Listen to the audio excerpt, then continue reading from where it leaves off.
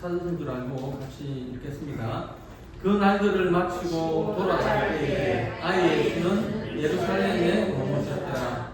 그 부모는 이를 알지 못하고 동행 중에 있는 줄로 생각하고 하루길을 가고 친족과 아는 자 중에서 찾되 만나지 못하며 찾으면서 예루살렘에 돌아갔더니. 아멘. 오늘 말씀의 제목은요, 예수님과 함께 걷기입니다. 교회를 다니는 성도님들의 공통적인 바람은 예수를 잘 믿고 주님 안에서 복된 인생을 사는 것일 것입니다. 그럼 예수를 잘 믿는 것이 무엇일까요? 주일 잘 지키고 헌금 잘하고 또 열심히 봉사하면 그러면 예수를 잘 믿는 것입니까? 물론 이런 모습들은 예수를 잘 믿는 사람들에게서 나타나는 공통적인 그런 모습들입니다. 그러나 이것보다 더 중요한 것은 바로 우리가 하나님 앞에 인정받는 삶을 사는 것입니다. 아무리 사람들에게 우리가 인정을 받아도 하나님이 우리를 인정하지 않으시면 그 인생은 헛된 인생이 될 수밖에 없습니다. 마태복음 25장에 보면 양과 염소에 대한 그 비유가 나오죠.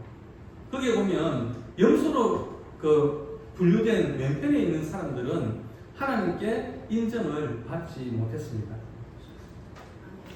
이 말씀하고 비슷한 말씀이 마태복음 7장에도 나옵니다. 마태복음 7장 21절부터 23절까지 말씀인데요. 같이 보겠습니다. 나더러 주여 주여 하는 자마다 다 천국에 들어갈 것이 아니요 다만 하늘에 계신 내 아버지의 뜻대로 행하는 자라야 들어가리라. 그날에 많은 사람이 나더러 이르되 우리가 주의 이름으로 선지자 노릇하며 주의 이름으로 귀신을 쫓아내며 주의 이름으로 많은 권능을 행하지 아니하였나이까 하리니 그때 내가 그들에게 밝히 말하되 내가 너희를 도무지 알지 못하니 불법을 행하는 자다 내게서 떠나라 하리라. 많은 성도들이 예수님 앞에 가서 이렇게 이야기를 한다는 말이죠. 주님, 내가요 억수로 일을 많이 하고 왔습니다. 그런데 정작 주님은 뭐라고 하십니까? 내가 너희를 도무지 알지 못하니 불법을 행하는 자들아 내게서 떠나가라 이렇게 말씀을 하십니다. 여러분, 하나님께서 왜 우리에게 주의를 지키라고 하셨을까요? 우리는 연약해서 며칠만 세상에 있어도 하나님을 잊어버리는 경우가 참 많습니다. 또 천국이라는 그 목적지도 우리가 잊어버립니다. 그래서 성도들을 뭐라고 하냐면 양이다 이렇게 이야기를 합니다.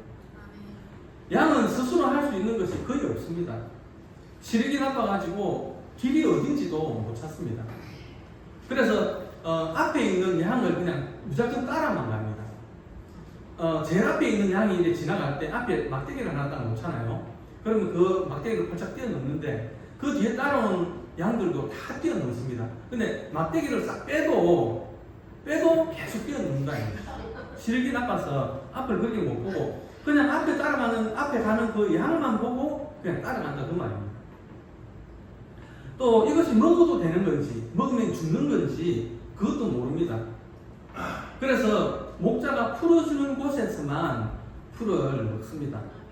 또 늑대가 나타나도 스스로를 보호하지를 못합니다.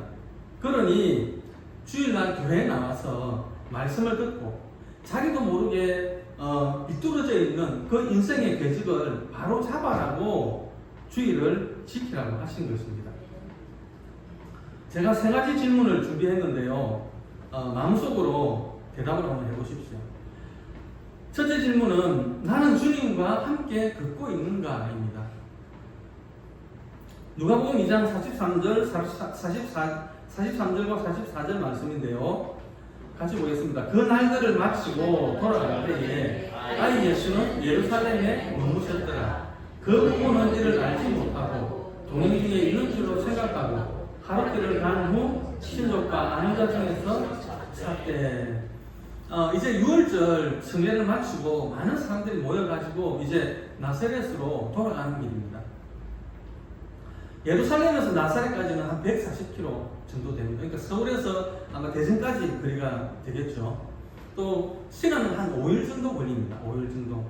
험한 길을 가야 됩니다. 그리고 중간에 강도들을 만날 수도 있습니다. 그래서 많은 사람들이 이렇게 모여서 가게 됩니다.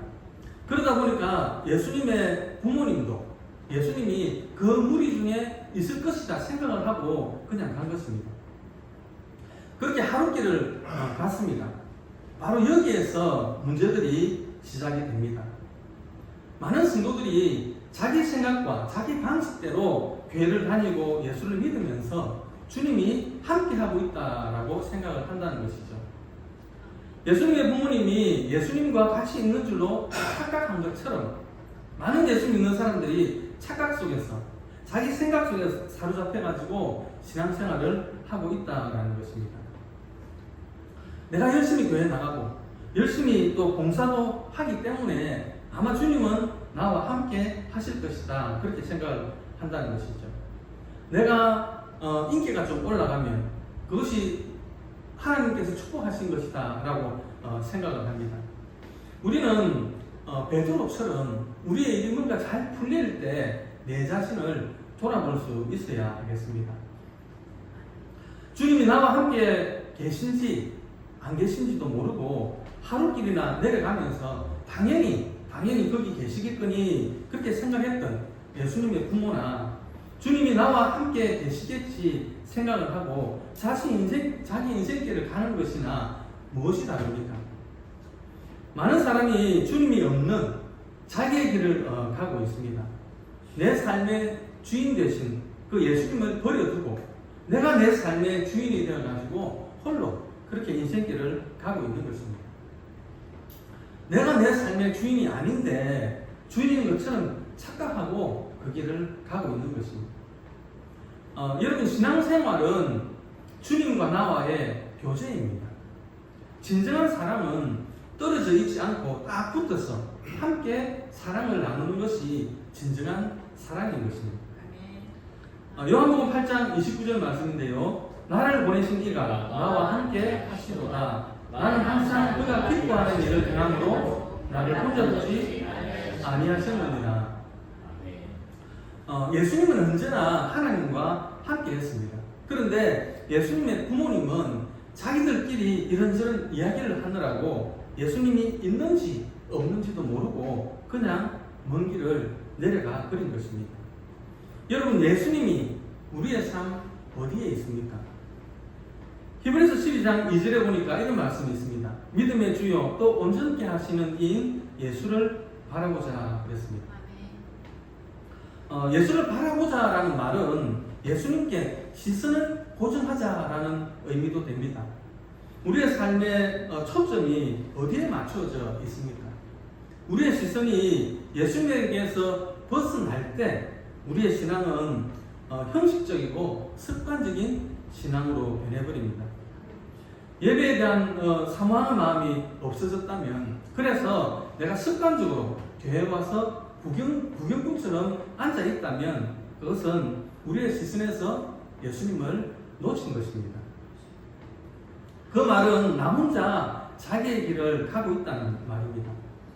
마음의 기쁨과 감사가 사라졌다면 똑같은 현상입니다. 마음의 평안함이 사라지고 말씀을 들어도 찬송을 불러도 감동이 없다면 이미 나는 그저 형식적으로 습관적으로 예배를 드리고 있는 것입니다. 언제부터 그렇게 되었는지 모르겠는데 교회를 오래 다녔음에도 불구하고 감사가 사라지고 이상하게도 마음이 뒤틀려가지고 교회를 향해서 혹은 그 교회 지체들을 향해서 부정적인 비판을 하게 되고 남의 약점을 들추어서 이야기를 하고 있다면 그것은 이미 예수님 없이 자기의 길을 멀리 간 사람이라는 것을 잊지 마시길 바랍니다. 말씀을 따라가는 것이 신앙생활인데 말씀을 따라가지 않고 자기 생각대로 신앙생활을 하고 있기 때문에 이런 문제들이 발생하게 되는 것입니다. 매 순간 우리의 예배가 감사와 감격을 체험하는 예배가 되어야 하겠습니다. 제가 은혜 받는 방법을 하나 말씀을 드릴까요? 아주 간단합니다. 말씀에 순종해 보십시오. 아멘. 사도 바울의 고백처럼 말씀 앞에 나를 쳐서 복종시켜 보십시오. 그러면 길을 가다가 십자가만 봐도 교회 마당만 봐도 교회 입구만 들어봐도 눈물 콧물이 쏟아질 것입니다. 지식적인 신앙이 체험적인 신앙으로 바뀌어야 합니다. 예수님을 알고 있는 것은 소용이 없습니다. 군중들도 예수님을 알고 있었고 또 마귀도 예수님을 알고 있습니다. 예수님을 알고 있는 사람들의 특징이 바로 불순종입니다. 예수님을 알고는 있지만 그 말씀에 순종하지는 않습니다.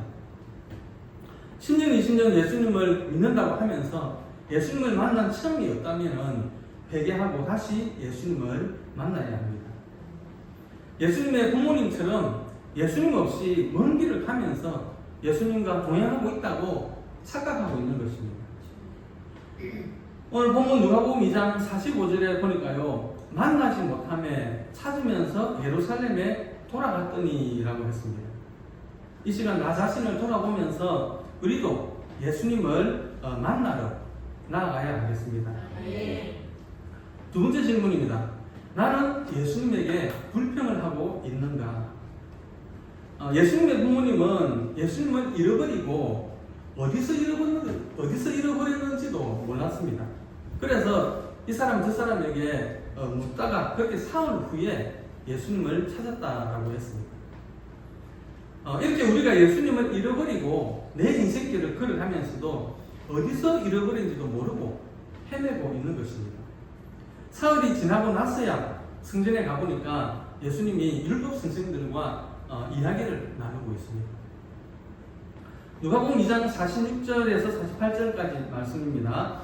사흘 후에 성전에서 만나서 그가 선생들 중에 앉으사 그들에게 듣기도 하시며 묻기도 하시니 듣는 자가 다 그 지혜와 대답을 놀랍게 여기더라. 그의 부모가 보고 놀라며 그의 어머니는 이르되 아이야 어찌하여 우리에게 이렇게 하였느냐. 오라 내 아버지와 내가 근심하여 너를 찾아노라. 본인들이 잘못해서 예수님을 잃어버려 놓고는 예수님을 만나서는 오히려 예수님에게 불만 섞인 이야기를 합니다. 어찌하여 우리에게 이렇게 하느냐. 사실은 예수님이 부모님을 떠난 것이 아니죠. 본인들이 예수님을 버리고 간 것입니다. 그런데 거꾸로 예수님한테 지금 와서 불평을 하고 있는 것입니다. 우리의 모습이 그렇지 않습니까?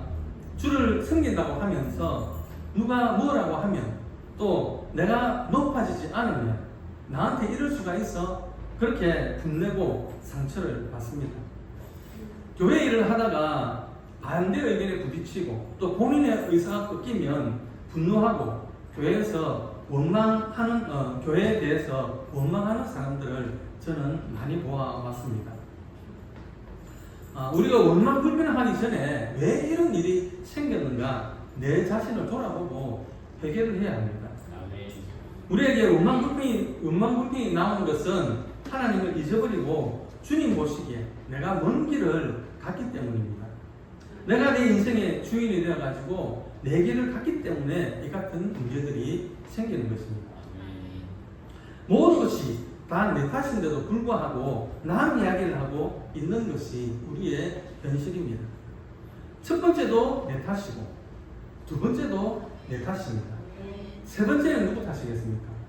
세 번째도 내 탓입니다.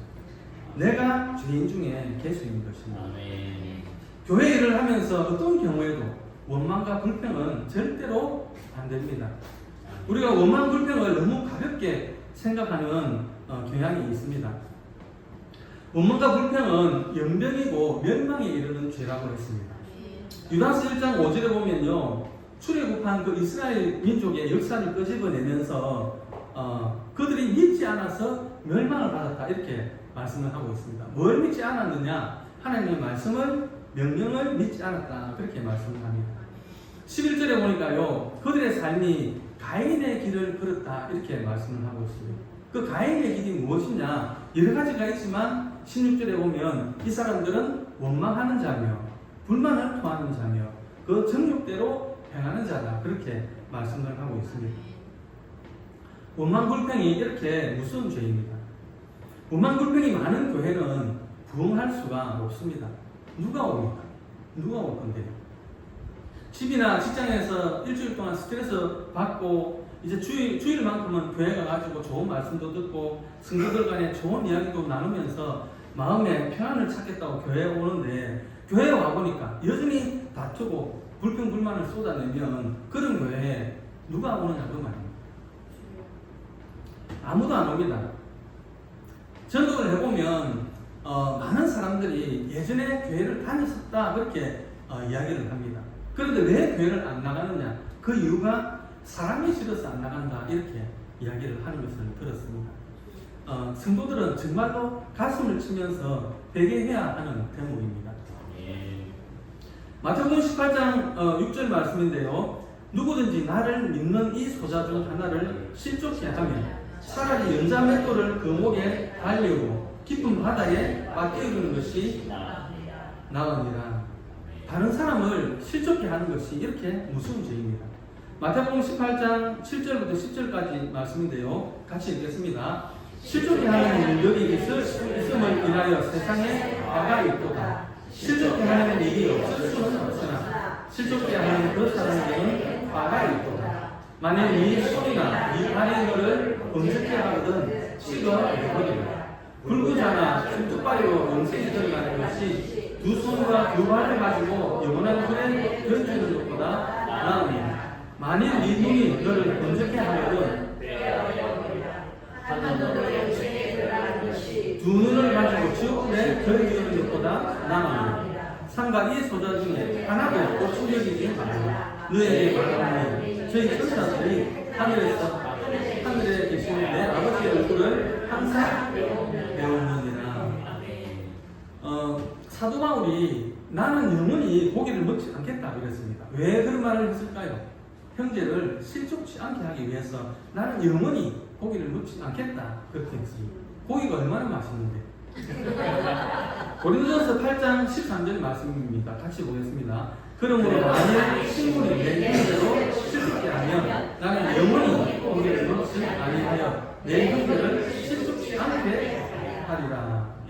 여러분 원망 불평은 마귀의 역사입니다. 12정탐꾼의 이야기 아시죠? 이스라엘 민족이 가데스 바네아에 도착을 했을 때 10명이 부정적인 이야기를 합니다.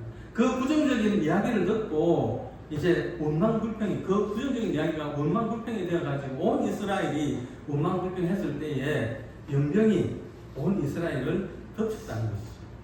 그래서 우리는 어떤 경우에라도 사랑하고 서로 붙잡고 기도하고 헌신해야지 원망불평의 돌을 던지면 안 되는 것입니다. 출애굽을 해서 가나안까지 들어가는 그 거리가 천천히 걸어도 한 달입니다. 한 달. 천천히 걸어도. 그런데 그 길을 원망불평으로 인해 가지고 40년 걸렸습니다. 그 길은 다른 길을 간 게 아닙니다. 그 길을 내나 돌고 돕니다. 그래서 40년을 걸었습니다. 우리가 예수 믿고 구원받은 후에 우리의 입에서 원망불평을 제하지 못해서 나의 삶이 광야길로 변하고 그 광야길은 아직도 맴돌고 있지는 않습니까? 주님 앞에서 감사와 찬양을 회복하는 여러분이 되시기를 주님 이름으로 축복합니다. 감사와 찬양이 넘쳐야 합니다. 모든 것이 주님의 은혜입니다. 시편 50편 23절에 보니까요. 감사로 제사를 드리는 자가 나를 영화롭게 하나니 그의 행위를 옳게 하는 자에게 내가 하나님의 구원을 보이리라고 했습니다. 감사하는 것이 올바른 신앙생활을 하는 것이고 감사할 때 주님께서 기뻐하셔서 하나님의 구원의 역사를 나타내신다고 말씀을 하시는 것입니다. 시편 100편 4절도 감사함으로 그의 문에 들어가며 찬송함으로 그의 궁중에 들어가서 그에게 감사하며 그의 이름을 송축할지어다 라고 했습니다. 원망과 불평, 부정적인 생각을 버리고 주님 앞에 감사와 찬양을 회복하는 여러분이 되시기를 축복합니다. 한평생 우리가 주님을 섬길 때에 우리가 할 수 있는 고백은 단 하나뿐입니다. 누가복음 17장 10절 말씀인데요. 이와 같이 너희도 명령받은 것을 다 행한 후에 이르기를 우리는 무익한 종이라. 우리가 하여야 할 일을 한 것뿐이라 살지니라. 여기서 무익한 종이라고 하는 것은 무가치한 종이라는 말입니다. 나같이 무가치한 종이 주님의 은혜로 하나님의 자녀가 되어서 주님을 섬기게 되었으니 그저 감사한 것입니다. 우리가 할 일을 했을 뿐입니다 하고 감격 속에서 주님을 섬기는 여러분들이 되시기를 바랍니다. 세 번째 질문입니다. 하나님 앞에서 사랑받고 있는가? 하나님 앞에서 사랑받고 있는가? 우리는 하나님 앞에 사랑을 받고 있습니까? 누가복음 2장 52절 말씀인데요. 예수는 지혜와 키가 자라가며 하나님과 사람에게 더욱 사랑스러워 가시더라. 예루살렘에서 나사렛으로 돌아온 후에 예수님은 하나님과 사람 앞에 더욱 사랑스러워 가셨다라고 했습니다. 우리도 하나님과 사람들에게 사랑받는 자로 변화되어야 합니다.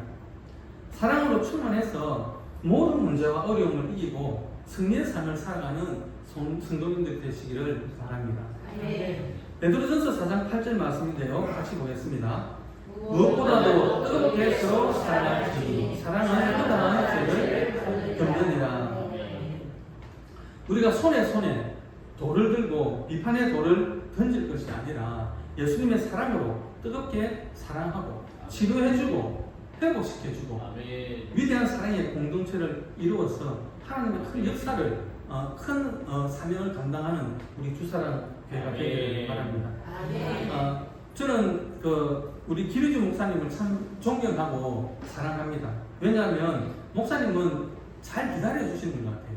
잘 기다려 주시고 그리고 덮어 주시고 참아 주시고 저는 순간순간 그 목사님하고 있으면서 그런 것을 느낍니다.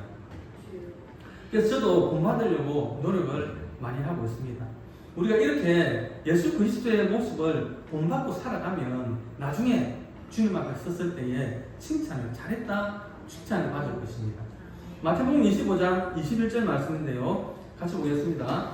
그 주인이 이르되 잘하였도다 착하고 충성된 종아 네가 주선 일에 충성하였으니 내가 많은 것을 내게 맡기리니 내 주인의 즐거움에 참여할지어다 하고 한평생 주님과 동행하면서 절대 긍정 절대 감사로 살아가는 성도님들이 되시기를 바랍니다.